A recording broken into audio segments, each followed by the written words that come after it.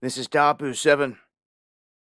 I want to talk about 22 facts here that are connected to this emerging global food shortage that is all staged.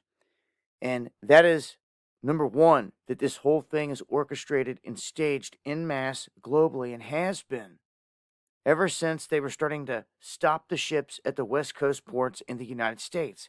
You could tell that something was up. Now, this is going to be something that's kind of like boiling the frog, kind of a slow kill that's going to happen throughout this year, and it's already begun. All you got to do is go to the grocery store, and you're going to see the prices have went through the roof. You're also going to notice some items have went missing. Some items have been gone for a while. They've never returned. And when we look at some of the statements being made here and what's happening around the globe, it starts to become clear that by the end of this year, it's going to be pretty bad because it's already getting there right now. Now, one of France's most important government officials is telling us that we should brace ourselves for an extremely serious global food crisis. Same thing others are echoing. Joe Biden recently admitted that food shortages are going to be real, and they're openly using the word famine to describe what is coming. Germany, as of yesterday, announced that supermarkets are going to have items go up 20 to 50%. Rationing has already begun in Spain. Rationing has already begun in Greece. The head of BlackRock put out an ominous warning, saying that this is going to be the first time that this generation is going to have to go into a store and then not be able to get what they want. So the writing's on the wall, and they're making it clear this is what's happening.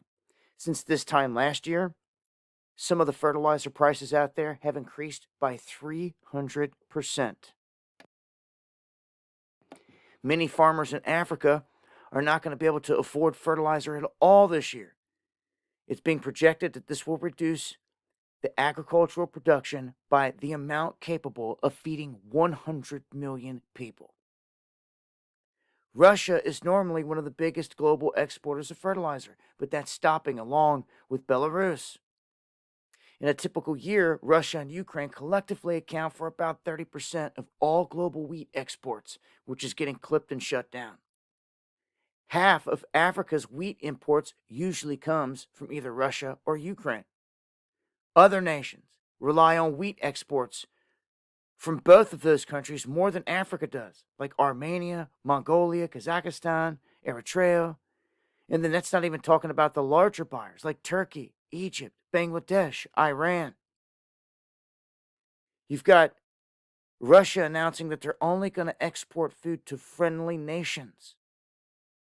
It's been announced also in the same breath of all this that there's this bird flu situation that's popped up. Some 5 million egg laying chickens in Iowa have been put down because of it.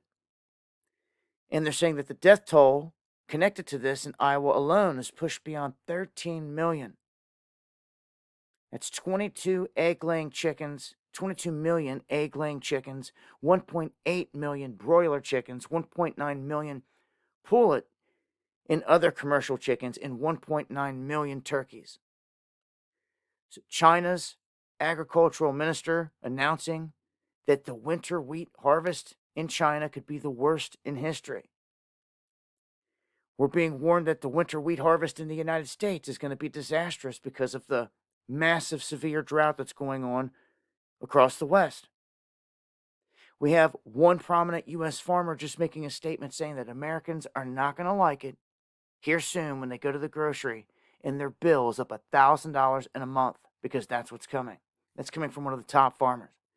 The head of the UN World Food Program says that what the planet is now facing is unlike anything that we've ever seen since the end of World War II.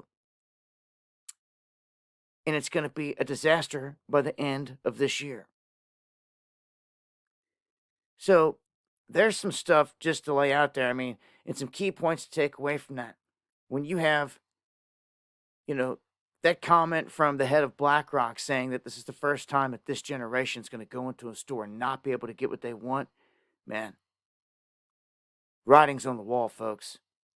So I'm going to leave some links. Join me for the live streams Monday, Wednesday, and Friday, where I break stuff like this down, censorship-free, in more detail on the live streams. You'll find links below. Hit that subscribe button for more. It's been Dabu7. Hope y'all have a plan.